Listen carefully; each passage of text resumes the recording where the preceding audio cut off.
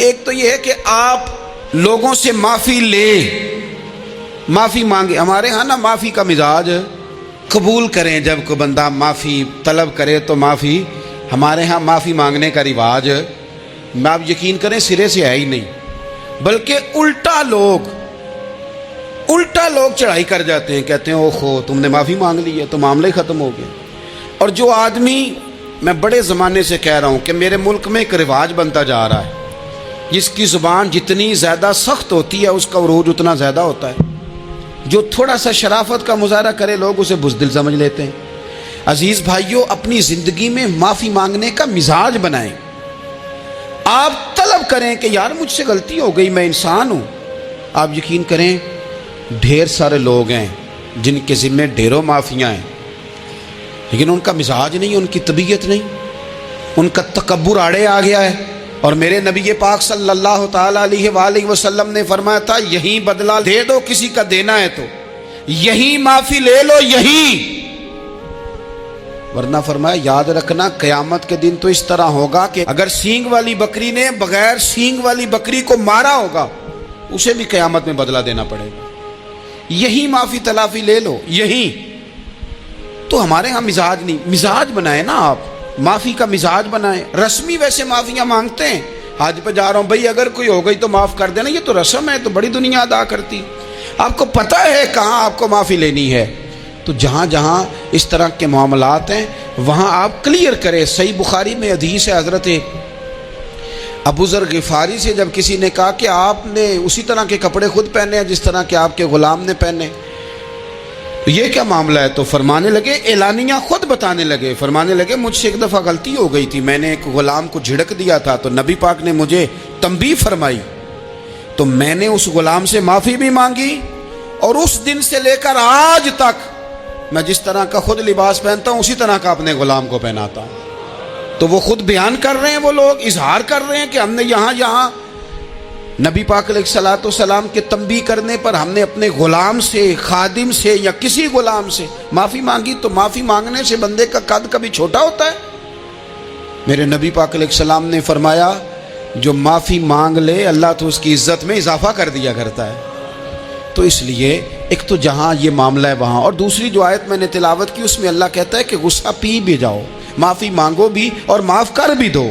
والکاظمین الغیظ والعافین عن الناس، فرمایا وہ لوگ جو غصہ پی جاتے ہیں اور لوگوں سے درگزر کرتے ہیں، لوگوں سے درگزر کرتے ہیں. واللہ یحب المحسنین، اللہ ان احسان کرنے والوں سے محبت فرماتا ہے، ان سے اللہ پیار کرتا ہے. تو رب فرماتا ہے جو غصہ پی جاتے ہیں والعافین عن الناس، اور لوگوں سے درگزر کرتے ہیں. ایک تو معافی مانگے اور دوسرا معاف کر بھی دیں. اگر دل میں کوئی بات ہو تو معاف، ہر روز لوگوں کو معاف کر کے سویا کریں. پہلے تو اس طرح کا کوئی کام ہی نہ کریں. ایک شخص نے جملہ کہا تھا، لکھا تھا، کمال لکھا تھا، اس نے کہا تھا کبھی ایسا کوئی کام نہ کرنا کہ کوئی تمہاری وجہ سے جا کے رب کے سامنے رونا شروع کر دے. ایسا کوئی کام نہ کرنا کہ کوئی بندہ تمہاری شکایتیں اللہ رسول کو لگائے. اس طرح کا کبھی کام نہ کرنا کہ وہ تڑپ اٹھے اور کہے اب تمہارا شکوہ میں نے وہیں کرنا ہے. کچھ لوگوں کی شکایتیں کرنی پڑتی ہیں، اللہ رسول کی بارگاہ میں بھی، اپنے مشائخ کی بارگاہ میں کر دیتے ہیں. بعض اوقات انسان وہ بے بسی کے عالم میں کرے یا بہت زیادہ تکلیف اسے سہنی پڑے تو تب کرے، ہو جاتا ہے.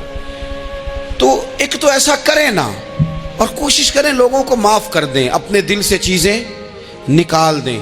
دو لوگ بیٹھے تھے نا حرم مکہ میں، ایک صاحب کہہ رہے تھے کہ میرے اوپر وہ بدر میں جو قتل ہو گئے کفار، ان کا ذکر چل رہا تھا، تو دونوں گفتگو کر رہے تھے بدر میں ہمارے اتنے لوگ مسلمانوں نے مار دیے. تو ایک ان میں کہنے لگے کہ اگر میرے اوپر قرض نہ ہوتا اور میرے چھوٹے چھوٹے بچے نہ ہوتے تو میں تو تلوار لے کے جاتا اور مدینہ شریف جا کے معاذ اللہ بدلہ لے آتا. دوسرا کہنے لگا میں دیتا ہوں نا تیرے بچوں کا خرچہ بھی اور میں تیرا قرضہ بھی اتارتا ہوں، تو جا. اس نے کہا پکی بات ہے؟ کہا ہاں، قرضہ بھی میں اتار دوں گا، تیرے بچوں کا خرچ بھی اٹھاؤں گا، تو جا. اس نے خنجر تیار کیا، تلوار تیار کی، گھوڑے پہ بیٹھا، گلے میں وہ تلوار اس نے اپنے ڈالی اور مدینہ شریف آ گیا. اتفاق کی بات یہ کہ ملاقات حضرت عمر سے ہوئی. جناب عمر کہنے لگے مجھے تیری نیت ٹھیک نہیں لگتی. پکڑا کدھر آئے ہو؟ کہنے لگا میں تو بدر کے قیدیوں کے بارے میں بات کرنے آیا. فرمایا تلوار لے کے؟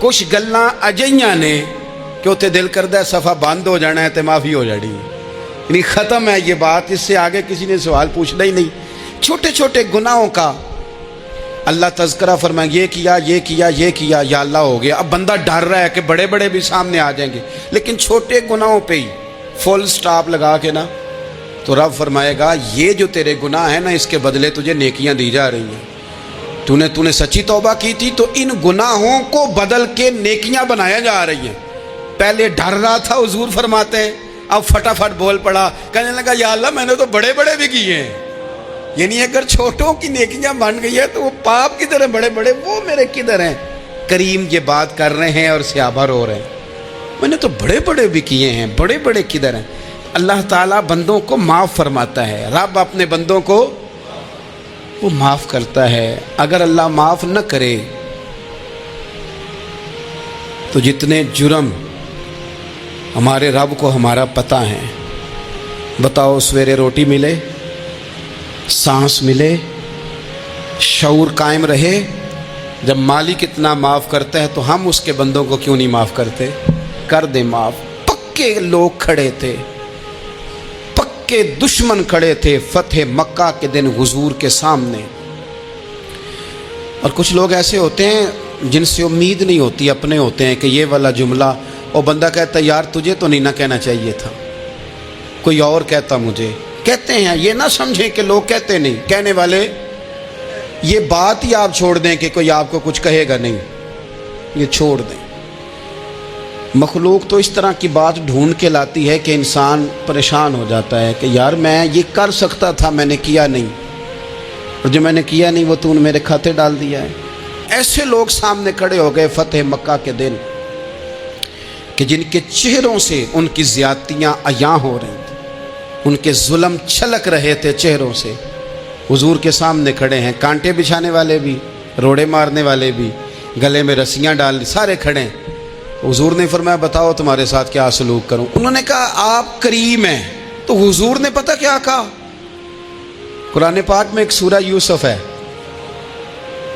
کچھ لوگوں کو لفظ یہ قصہ بھی بڑا برا لگتا ہے، تو اللہ فرماتے ہیں نحن نقص علیک احسن القصص، محبوب ہم آپ کو ایک سونا قصہ سنانے لگے ہیں۔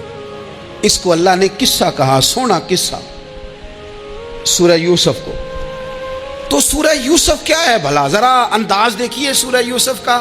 پہلے حضرت یوسف لاڈلے ہیں باپ کے، لاڈلے، پھر اسی جناب یوسف کے منہ پہ تماچے ہیں، پھر وہی جناب یوسف کنویں میں ہیں، پھر کنویں سے بچ گئے، کنویں میں گرا بھی بندہ کبھی بچتا ہے، بچ گئے، اللہ کی شان ہو تو بچ جاتا ہے، بچ گئے۔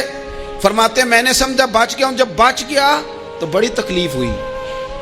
بھائیوں نے کہا ہمارا غلام ہے، ہم نے بیچنا ہے، سگے بھائیوں نے بیچا، جو باپ کی طرف سے سگے تھے بیچا۔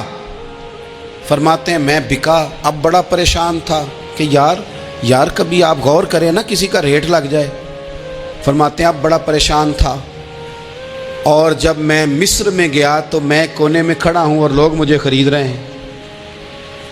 محبت میں یہ قصہ سنانا تو آسان ہے کہ بی بی اٹی لے کے آ گئی تھی، پر جو بیکرا ہے اس کا بھی تو حال دیکھو نا کیا ہے، اس کا ریٹ لگ رہا ہے، یہ بھی تو بڑی۔ اور جناب یوسف کہتے ہیں پھر عزیز مصر نے خرید لیا تو بادشاہ کے گھر گیا تو کچھ سکھ کا سانس آیا۔ یہ حضرت یوسف ہیں، یہ لاڈلے ہیں۔ فرماتے ہیں سکھ کا سانس لیا ہی تھا کہ جناب زلیخا نے الزام لگایا، اور وہ غلطی معاذ اللہ جس کا تصور بھی نہیں، اس کی پاداش میں سالوں جیل کاٹا۔ لیکن خدا کی حکمت ہے نا، اللہ کا کرم ہے نا، جس ملک کے وہ قیدی تھے رب نے اسی ملک کا حکمران بھی بنا دیا۔ یہ اللہ کی حکمت ہے نا، تقاضے ہیں نا۔ صبح کے تخت نشین شام کے مجرم ٹھہرے، ہم نے پل بھر میں نصیبوں کو بدلتے دیکھا، وہ جو چاہے جب چاہے کر دے۔ تو جب وہی بھائی مجبور ہو کر سوالی بن کر سامنے آئے ہیں، پتہ کیا ہوتا ہے، بندہ معاف کر دیتا ہے، بہت سارے لوگ معاف کرتے ہیں، پر کہانیاں سنا کے پتہ جے نا ادوں کی آکھیا سا جے، پتہ جے نا ادوں کی کیتا سا جے، پھر پتہ جے نا تسی اے بھی آندے سو، یہ ساری کہانیاں سنا کے لیکن حضرت یوسف کے سامنے کھڑے ہو گئے. جناب یوسف نے بات چھیڑی کوئی نہیں, فرمایا تم سے بات ہی کوئی کرنی, جاؤ تمہیں سارا کچھ معاف کیا. اب جب یہ لوگ مکے والے حضور کے سامنے کھڑے, اس طرح معافی دینی چاہیے. یہ جب سامنے کھڑے ہوئے تو حضور نے فرمایا پتہ تمہارے ساتھ کیا سلوک کرنے والا ہوں؟ کہا حضور نہیں. فرمایا وہی جو جناب یوسف نے بھائیوں کے ساتھ کیا تھا. پچھلا صفحہ پلٹنا ہی کوئی نہیں, جاؤ تمہیں معاف کیا, جاؤ تمہیں معاف کیا, جاؤ تمہیں معاف کیا. اور صرف معاف نہیں کیا, ساتھ عزت بھی دی. سب سے زیادہ مقابلے تو حضرت ابو سفیان نے کیے تھے نا, آخر تک وہ آئے تھے. آج وہ کلمہ پڑھ رہے ہیں, سردار ہیں, کلمہ پڑھ رہے ہیں, تو نبی پاک نے صرف معافی نہیں دی, عزت بھی دی. فرمایا جناب ابو سفیان چونکہ اب مسلمان ہو گئے ہیں, میں سب کو معاف کرتا ہوں, جو اپنا اندر سے دروازہ بند کر لے اسے بھی معاف کرتا ہوں, اور جو ابو سفیان کی حویلی میں آ جائے اسے بھی معاف کر دوں گا. تو ابو سفیان وہ کہتے ہیں میں حیران ہی ہو گیا کہ اتنی بڑی بات, معافی بھی دی اور ساتھ عزت بھی دی. تو آج جو سبق آپ کی خدمت میں میں نے عرض کیا ہے, اس کو آپ امید ہے یاد رکھیں گے. ایک تو یہ کہ معافی مانگ لیں. اگر کسی جگہ ہمارا معافی مانگنا, اگر ہم سمجھتے ہیں, ہمارا دل ضمیر گواہی دیتا ہے کہ مجھے معافی مانگنی چاہیے, تو معافی مانگیں. اور دوسرا پھر معافی دیں بھی, اور معافی دیں, سیاسی صلح نہ کریں, معافی دیں تو پھر واقعی دیں, دل سے دیں. اور آخری بات یہ کہ جس طرح ہم نے لوگوں سے معافی لینی ہے اور معافی دینی ہے, اسی طرح جہاں ہم سے شرعی قباحتیں ہوئی ہیں, اخلاقی کمزوریاں ہوئی ہیں, ایک بات تو اچھی طرح سمجھ لیں کہ نفل پڑھنے سے حقوق العباد نہیں معاف ہوتے, وہ بندے سے معافی مانگنے سے ہی ہوتے. ساری رات کو بندہ تسبیح پڑھے اور کہے کہ میں نے اماں کی نافرمانی کیا تو معافی ہو جائے گی, نہیں, وہ اماں ہی معاف کرے گی تو معافی ہوگی, وہ ابا ہی معاف کرے گا تو پھر ہی معافی ہوگی. تو جو جہاں شریعت کی مخالفت کی ہے وہاں بھی معافی مانگیں, اللہ کے حضور گڑ گڑائیں, توبہ کریں, اور توبہ بدل جانے والی کریں, تبدیل ہو جانے والی توبہ کریں. معافی مانگ بھی لیں, معافی دے بھی دیں. اور آپ سے یہ بھی گزارش کروں گا کہ جہاں اللہ رسول کی ہم سے نافرمانی ہوئی ہے, وہاں تنہائی میں 2 نفل پڑھ کے, تنہائی میں اللہ تعالیٰ سے بھی معافی کے خواستگار ہوں. یاد رکھیں جب اس کی خفیہ تدبیر آ گئی تو پھر معافی کا وقت ہو سکتا ہے خدا نہ کرے ہمیں نہ مل سکے, تو اب وقت ہے, خوب استغفار کریں, خوب معافی مانگیں. اللہ تعالیٰ آپ کو اور مجھے عمل کی توفیق عطا فرمائے. اگر آپ کو ہماری ویڈیو اچھی لگی ہو تو ہمارے چینل کو سبسکرائب ضرور کریں